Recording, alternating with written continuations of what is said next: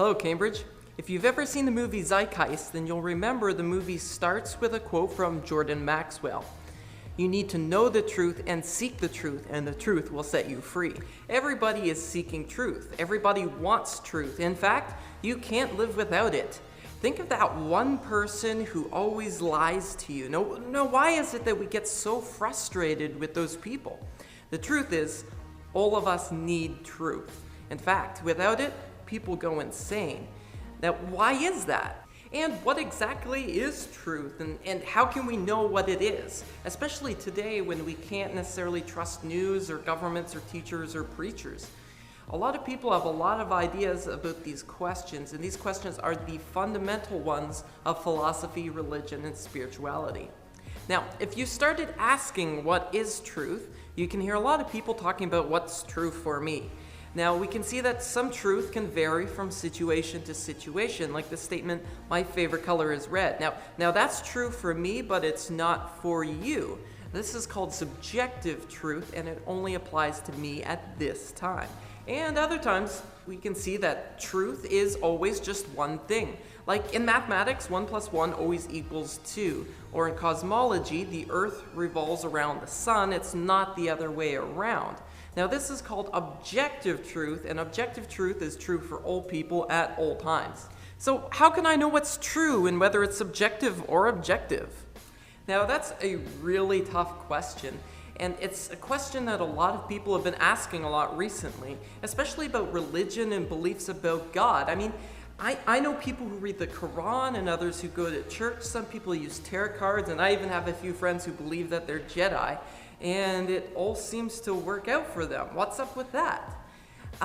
Someone told me recently that if they are going to believe in Christianity, they want to make sure that it's actually really real. So what is the really real? And is religion and spirituality subjective, or is it objective, or maybe a bit of both? Is it possible that one group can have one piece of the puzzle and another group can have another piece and no one really has it all? And if there is really one true religion or philosophy or meta-narrative, then how do I know what it is? Well, the first step is to think critically about what we are being told, and to ask a lot of questions about what people say is true or isn't. And this is the point that Zeitgeist makes, and it's a good point.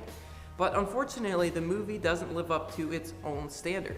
The movie doesn't tell you where it got its information from or why their information is better. And its creator, Peter Joseph, once said that if you disagree with his movie, then you are mentally ill.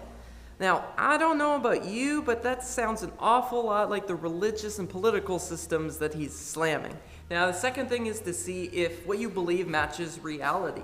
Now, this doesn't need to be 100% true because disagreements can force me to check and see if what I believe is true.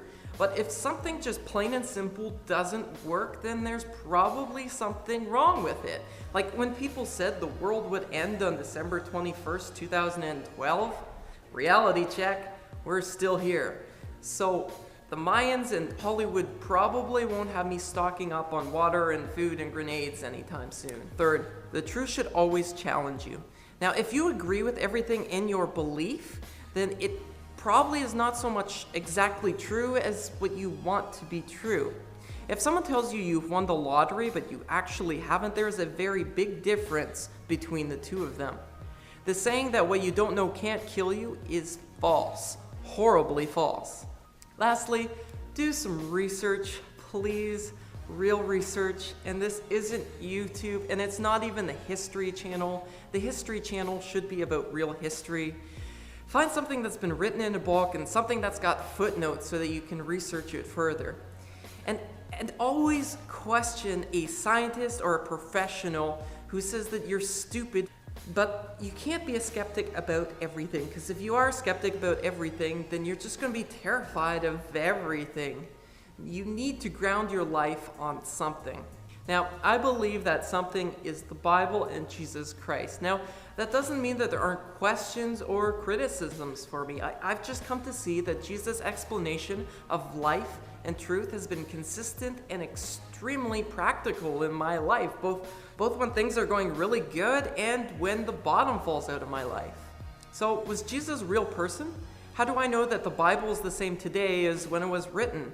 Isn't Christianity just another system of social control? Why do bad things happen to good people? Now, these are all really good questions, and I believe there are some good answers out there. But no system of belief will have the answers to everything. But it's this mystery that keeps life interesting.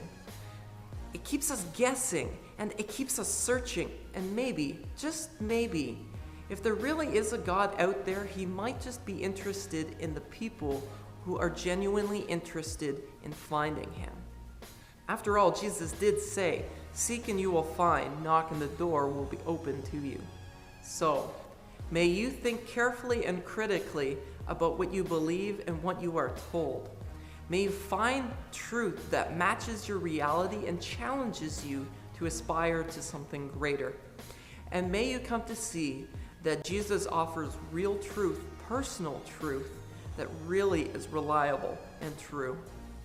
As always, links will be down in the doobly-doo so you can do a bit more research. Comments and questions are always welcome, either down in the comments below or through email.